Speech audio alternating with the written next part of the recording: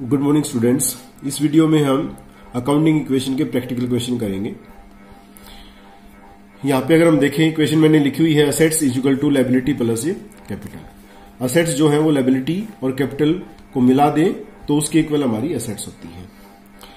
Assets आप सभी जानते हैं, सेकंड चैप्टर में पढ़ के आए हैं। वो कुछ भी असेट्स हो सकता है जो कि हमारा मूल्यवान है और जो है व्यवसाय का उसके ऊपर कंट्रोल है, व्यवसाय को रन करने में हमारी हेल्प करता है। ठीक है, जैसे कि हम देखें तो व्यवसाय को शुरू करने के लिए, चलाने के लिए हमें लैंड की रिक्वायरमेंट होगी, बिल्डिंग की रिक्वायरमेंट होगी, फर्नीचर चाहिएगा, हमें मशीनें चाहिएगी, हमें जो है ट्रांसपोर्ट के साधन चाहिएंगे, हमें कैश चाहिएगा, बैंक में बैलेंस चाहिएगा। ठीक है, तो ये सभी संपत्तियों की हमें जरूरतें पड़ेगी और ये संपत्ति रखने के लिए हमें पैसा चाहिएगा, हमें धनराशि चाहिएगी। ठीक है, अब ये पैसा कहां से आएगा बच्चों?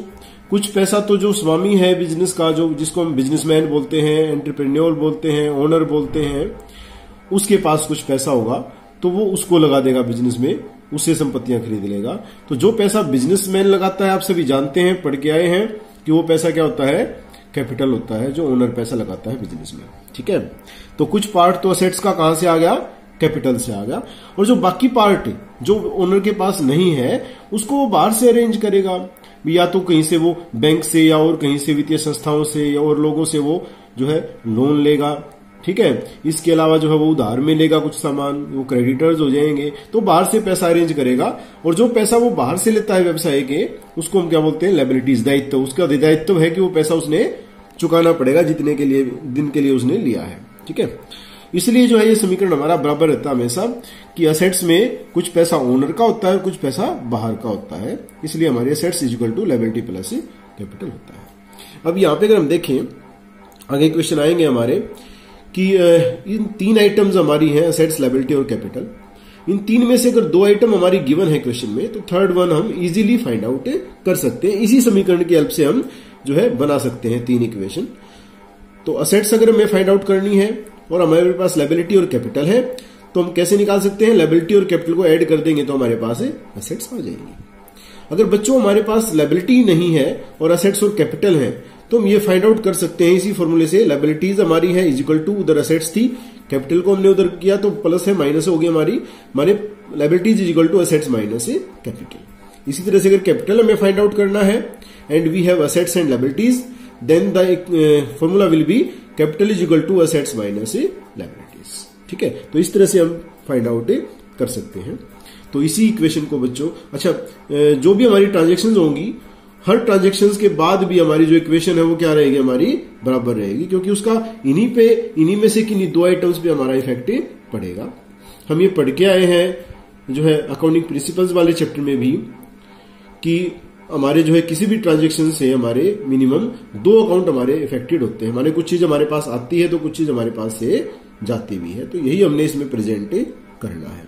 ठीक है, जैसे मान लेते हैं भी आपके पास जो है 100 रुपए थे सुबह और आपने जो है 10 रुपए का एक पेन खरीद लिया। ठीक है, तो अब आपकी इक्वेशन क्या बनी? आपके पास 10 रुपए का तो एक पेन हो गया और आपके पास पैसे कितने बचे? अभी 90 रुपए बच गए। तो इसी तरह से हमने यहाँ अकाउंटिंग इक्वेशन में भी जो है डिफरेंट ट्रांजेक्शन्स के बाद आपके पास कितना क्या बचा वो हमें दिखाना होता है। ठीक है, तो यहाँ पे एक एग्जाम्पल की हेल्प से हम इसको देखते हैं। एग्जाम्पल हमारे पास यहाँ लिया है मैंने, show the accounting equation on the basis of the following transaction and prepare a balance sheet on the basis of the last new equation. ठीक है, तो ये क्वेश्चन हमारे पास गिवन है, Mukesh started business with cash ₹80,000। माने मुकेश ने 80,000 रुपए लगा के जो है व्यवसाय स्टार्ट किया है। मुकेश कौन है? ओनर है बिजनेस का। तो उसने जो भी पैसा ये लगाया है, इसकी पूंजी है, कैपिटल है। उसके बाद इसने परचेज गुड्स फॉर कैश, इसने जो है नकद में सामान खरीदा है। इसने कितने रुपए का? 28,000 का। तो सामान आ गया इसके पास और पैसा चला जाएगा। फिर इसने क्या किया? परचेज गुड्स ऑन क्रेडिट, फिर इसने उधार पे सामान खरीद लिया, तो एक तो गुड्स आ जाएगा इसके पास। ठीक है, स्टॉक बढ़ जाएगा इसका। जब उधार पे खरीदा है तो जिससे हम उधार खरीदते हैं सामान, वो कौन होते हैं? हमारे क्रेडिटर्स। हम सेकंड चैप्टर में पढ़ के आए हैं। ठीक है, तो क्रेडिटर्स बढ़ जाएंगे, हमारे लेनदार बोलते हैं इनको हिंदी में। फिर हमने परचेज फर्नीचर है, ये परचेज फर्नीचर किया हमने उन कैश 6,000 का हमने फर्नीचर खरीद लिया, ये असेट्स है हमारी। तो फर्नीचर आ गया हमारे पास, हमारा पैसा कम हो जाएगा। फिर हमने क्या कर दिया, रेंट दे दिया हमने, ठीक है, सर्विस ली है किसी से हमने, सामान रखा होगा उसके बदले में रेंट दे दिया हमने। तो 2000 रुपये हमारी जेब से चले गए, खर्चा हो गया हमारा। फिर हमारा क्या है, रिसीव्ड कमीशन, कहीं से कमीशन हमारे पास आया है, तो हमारी जेब में पैसे आ गए 500, इनकम हो गया हमारी कमीशन। फिर क्या किया है, withdrew cash for private use, जो ओनर है उसने अपने घर के यूज के लिए व्यवसाय से 3000 रुपये निकाल लिए, जिसको हम क्या बोलते हैं, ड्रॉइंग। हम पढ़ गया है सेकंड चैप्टर में। कैश चला गया हमारे पास से, ओनर ले गया उसको ड्रॉइंग के रूप में 3000। फिर सोल्ड गुड्स ऑन क्रेडिट, हमने उधार पे सामान बेचा है। जिसको उधार पे सामान बेचते हैं उसको हम क्या बोलते हैं, डेटर्स बोलते हैं, देनदार बोलते हैं, असेट्स होती है हमारी। ठीक है। कॉस्ट प्राइस 30,000 था और बेच कितने का दिया हमने, 40 का। माने सामान तो 30 का गया, लेकिन जो देनदार है, डेटर है, उनका बैलेंस कितना होगा हमारा, 40, क्योंकि उन्होंने हमारे 40 देने हैं। तो इस ट्रांजेक्शन से हमें क्या हुआ, 30,000 का सामान 40 में बेच दिया, तो 10,000 का हमें फायदा हो गया, प्रॉफिट हो गया। और लास्ट हमारा पेड टू क्रेडिटर्स, जो क्रेडिटर्स थे ना हमारे, जिससे हमने उधार पे खरीदा था हमने ये 20,000 रुपए का सामान, उनको हमने 15,000 दे दिए कि बिलो 15,000 तो पकड़ो अपने, बाकी हम बाद में दे देंगे। ठीक है। तो हमारा कैश कम हो जाएगा और क्रेडिटर्स में से हम घटा देंगे, इनका बैलेंस कम हो जाएगा हमारा। ठीक है। तो इसी को हम जब इसका सोल्यूशन हम यहाँ पे देखते हैं, मैंने किया है यहाँ पे। सबसे पहले हम क्या करेंगे, एक टेबल बनाएंगे, ध्यान से देखेंगे इसको। ऊपर लिखा है मैंने अकाउंटिंग इक्वेशन। यहाँ पे फर्स्ट जो कॉलम हमारा है सीरियल नंबर का कॉलम है। उसके बाद सेकंड जो हमारा कॉलम है वो हमने ट्रांजेक्शन्स का कॉलम लेना, उसमें ट्रांजेक्शन लिखेंगे हम, जो भी लेन देन हुए ऊपर हमारे।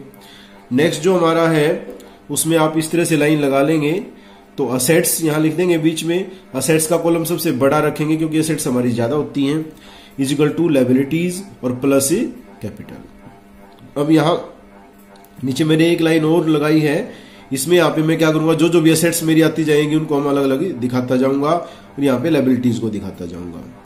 अभी मैंने ये सारी लिख रखी है यहाँ पे, कैश, स्टॉक, फर्नीचर, डेटर्स। लेकिन आप ऐसा नहीं करेंगे, आप 1 बाय 1 जो भी ट्रांजेक्शन में एसेट आएगी उसको लिखते जाएंगे। स्टार्टिंग में नहीं लिखेंगे आप इनको, आपको पता ही नहीं चलेगा कौन कौन सी एसेट्स आई है ना लायबिलिटी। स्टार्टिंग में आप इस कॉलम को क्या छोड़ेंगे, खाली छोड़ेंगे इस कॉलम को, और फिर 1 बाय 1 आप लिखते जाएंगे। कैसे लिखते जाएंगे देख लेते हैं। फर्स्ट हमारी ट्रांजेक्शन है, मुकेश स्टार्टेड बिजनेस विद ₹80,000। माने मुकेश ने क्या किया, व्यवसाय में 80,000 रुपए दे दिए कैपिटल के रूप में। तो व्यवसाय के लिए हम जब भी एंट्रीज करेंगे, जब भी हम अकाउंटिंग करेंगे बच्चों, तो हम बिजनेस के पॉइंट ऑफ व्यू से करेंगे, ना कि ओनर के पॉइंट ऑफ व्यू से। तो बिजनेस के बारे में देखना, तो बिजनेस में तो पैसा आया है ना, इसलिए कैश आया है, तो कैश हमारी एसेट होती है, तो यहां लिख दिया मैंने कैश, बाकी कुछ नहीं है यहाँ पे, सिर्फ कैश। तो कैश में कितने डाल दिए मैंने, 80,000 रुपए कैश आ गया। और जो भी ओनर शुरू में लगाता है उसको हम क्या बोलते हैं, कैपिटल। तो मैंने यहां कैपिटल में डाल दिए 80,000।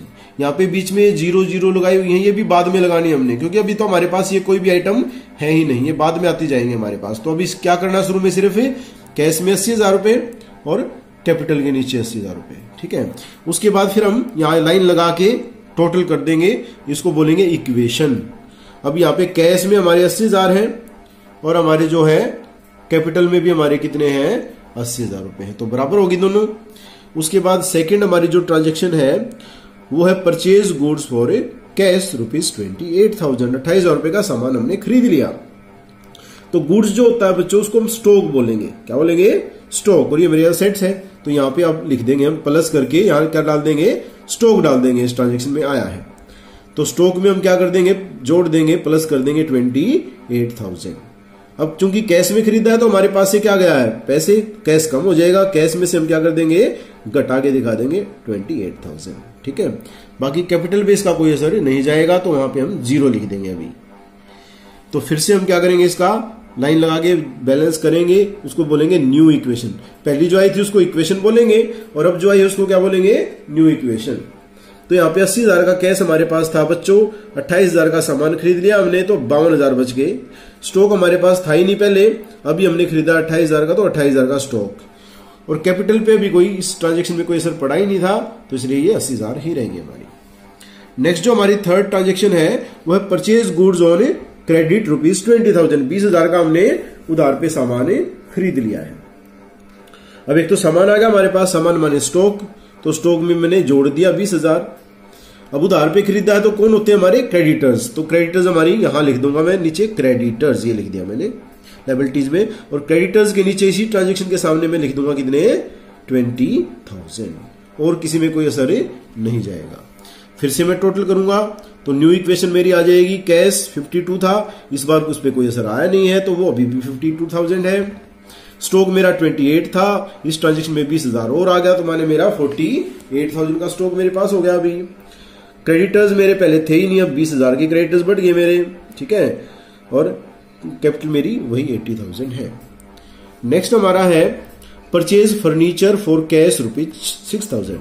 अब हमने फर्नीचर खरीद लिया 6,000 रुपए में, तो एक तो हमारे पास क्या आ गया, फर्नीचर, तो फर्नीचर फिर हमारी नई एसेट आ गई, तो फिर से प्लस करके यहाँ क्या लिख दूंगा मैं, फर्नीचर लिख दूंगा स्टॉक के आगे। और फर्नीचर मेरा जो है कितने का है, यहाँ पे प्लस कर दूंगा 6,000, और कैश में खरीदा है इसलिए मेरे पास से पैसे चले गए, माइनस कर दूंगा 6,000, और कहीं कोई असर नहीं आया तो 0 लिख दूंगा मैं। अब फिर से न्यू इक्वेशन आ जाएगी मेरी, कैश 52 था, 6,000 और चले गए मेरी जेब से तो 46,000। स्टॉक में इस बार कोई चेंज नहीं आया इस ट्रांजेक्शन में, तो वो 48,000 ही है। फर्नीचर मेरा था नहीं, इस बार खरीद लिया मैंने 6,000 का, तो 6,000 का हो गया।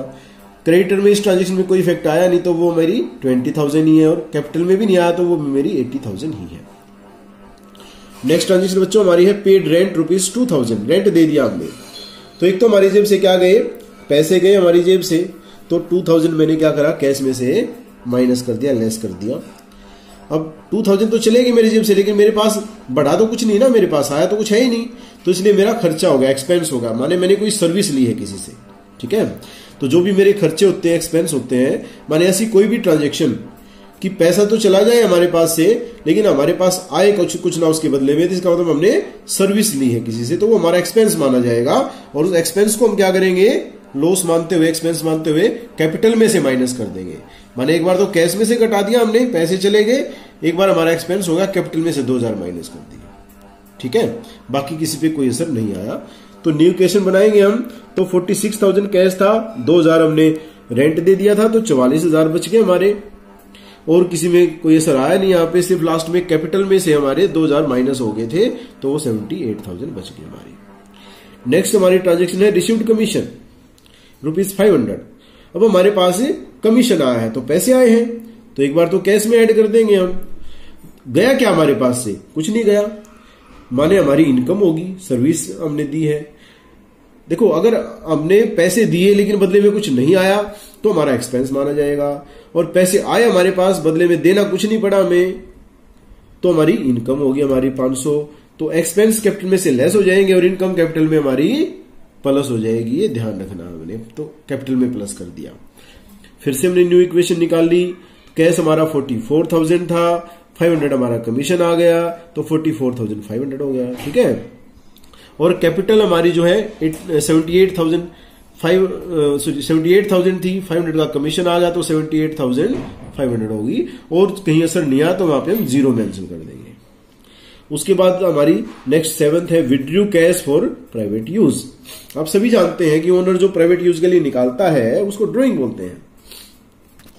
तो एक बार तो हमारे पास से पैसे चले जाएंगे, तो कैश में से माइनस कर दिया, और ड्रॉइंग हमारी हम कैपिटल में से काटते हैं, ओनर नहीं लिए ना, तो ओनर की कैपिटल से काट लेंगे ये पैसा, तो कैपिटल में से माइनस कर देंगे 3,000, और कहीं असर नहीं आएगा। तो यहां फिर से हमारा बैलेंस कर देंगे न्यू इक्वेशन, 44,500 कैश था इस ट्रांजेक्शन से पहले, इसमें हमारे पास हमने 3,000 और दे दिए ओनर को, तो हमारे पास 41,500 बच गया, ठीक है। स्टॉक में कोई चेंज नहीं आया, फर्नीचर में कोई चेंज नहीं आया, डेटर्स में कोई चेंज नहीं आया, क्रेडिटर्स में नहीं आया, और जो हमारे कैपिटल है ना उसमें से 3,000 हमने काट लिए, माइनस कर दिए। नेक्स्ट हमारी न्यू इक्वेशन आ गई। उसके बाद फिर हमारा नंबर 8 है sold goods on credit for ₹40,000, और कॉस्ट हमारी कितनी थी इसकी, 30,000। तो बच्चों मैंने बताया आपको कि एक तो हमारे पास से स्टॉक चला गया, गुड्स चला गया, तो स्टॉक में से माइनस करेंगे हम जितने का था वो कॉस्ट, तो 30,000 माइनस कर दिया मैंने। फिर हमारे पास आया क्या, आया नहीं है, हमने उधार पे बेचा है, और जिसको हम उधार पे बेचते हैं वो हमारे डेटर्स होते हैं, डेटर असेट्स यहां लिख देंगे प्लस डेटर्स, और डेटर्स ने कितने देने हैं हमारे 40, क्योंकि हमने 40,000 के हिसाब से सामान बेचा है। अब ये ट्रांजेक्शन पूरी नहीं हुई है, 30,000 का सामान गया लेकिन पैसे आएंगे 40, तो हमें क्या होगा, 10,000 का प्रॉफिट होगा, इनकम होगी। इनकम हमारी कहां जाएगी, कैपिटल में ऐड होगी। आपने ध्यान रखना है एक्सपेंस कैपिटल में से लेस होते हैं और इनकम या प्रॉफिट कैपिटल में ऐड होंगे हमारे। फिर हम न्यू इक्वेशन कर देंगे, कैश पे कोई असर पड़ा नहीं है इस ट्रांजेक्शन में, तो वही रहेगा 41,500। स्टॉक हमारे पास 48 का था, 30 का हमने बेच दिया तो 18 बच गया। अब हमारे पास फर्नीचर पे कोई असर नहीं आया इस बार। डेटर्स हमारे 40 के हो गए इस बार, तो 40,000 के डेटर्स। क्रेडिटर्स पे कोई असर नहीं आया। कैपिटल 75,500 की थी, 10,000 के यहाँ हमें प्रॉफिट हो गया इस सामान बेचने वाली ट्रांजेक्शन से, तो हमारे पास 85,500 की हो गई। और लास्ट ट्रांजेक्शन हमारी क्या है, पेड टू क्रेडिटर्स ₹15,000, 15,000 क्रेडिटर्स को दे दिया हमने। तो हमारी जेब से क्या चला गया, पैसा चला गया, तो यहां से माइनस कर देंगे। और जो क्रेडिटर्स का अकाउंट हमने खोल रखा होगा ना, उसमें हमारे 20,000 देने थे, उसमें से 15,000 हमने दे दिए, तो वो घटा देंगे, बाकी किसी पे कोई असर नहीं आएगा। तो फाइनल इक्वेशन जो लास्ट में आती है ना, उसको हम फाइनल इक्वेशन बोलेंगे। तो इसमें हमारा कैश जो था वो 41,500 था, 15,000 हमने और दे दिए क्रेडिटर्स को, तो 26,500 हमारे रह गए। ठीक है, उसके बाद हमारे पास स्टॉक पे इस ट्रांजेक्शन में कोई असर नहीं पड़ा, तो वही 18,000 का स्टॉक हमारे पास। फर्नीचर पे कोई असर नहीं पड़ा, तो वही 6,000 का। 40 के डेटर्स हैं यूं के यूं हमारे।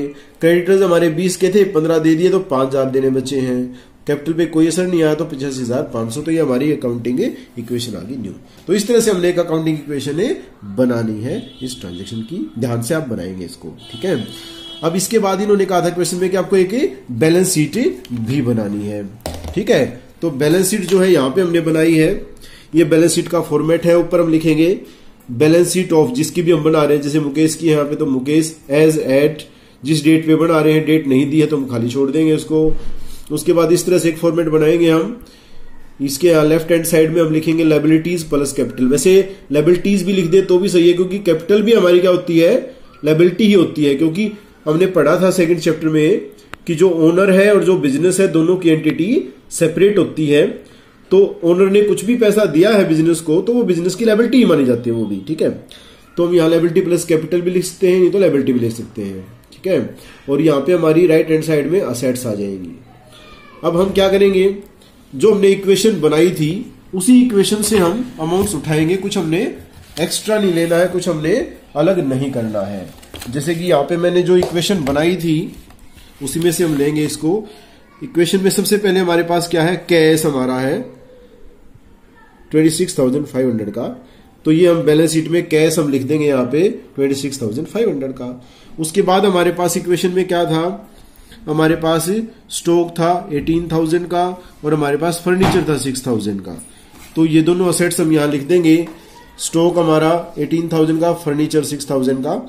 और हमारे यहाँ पे डेटर्स थे हमारे, ये रहे हमारे डेटर्स 40,000 के, तो ये डेटर्स हमारे 40,000 के। तो बिल्कुल सिंपल है। और लायबिलिटी साइड में भी हमारे पास ये दो आइटम्स हैं यहाँ पे। लायबिलिटी हमारी जो है क्रेडिटर्स 5,000 के और कैपिटल 85,500 की। तो यहाँ लिख दिया हमने क्रेडिटर्स 5,000 के और कैपिटल 85,500 की। तो दोनों साइड का जब बैलेंस करेंगे ना, तो वो इक्वल मिलेगा हमारा 90,500। तो इस तरह से क्वेश्चन हम करेंगे। तो मैं आपके पास जो भी क्वेश्चन भेजूंगा उसको आप ध्यान से करें।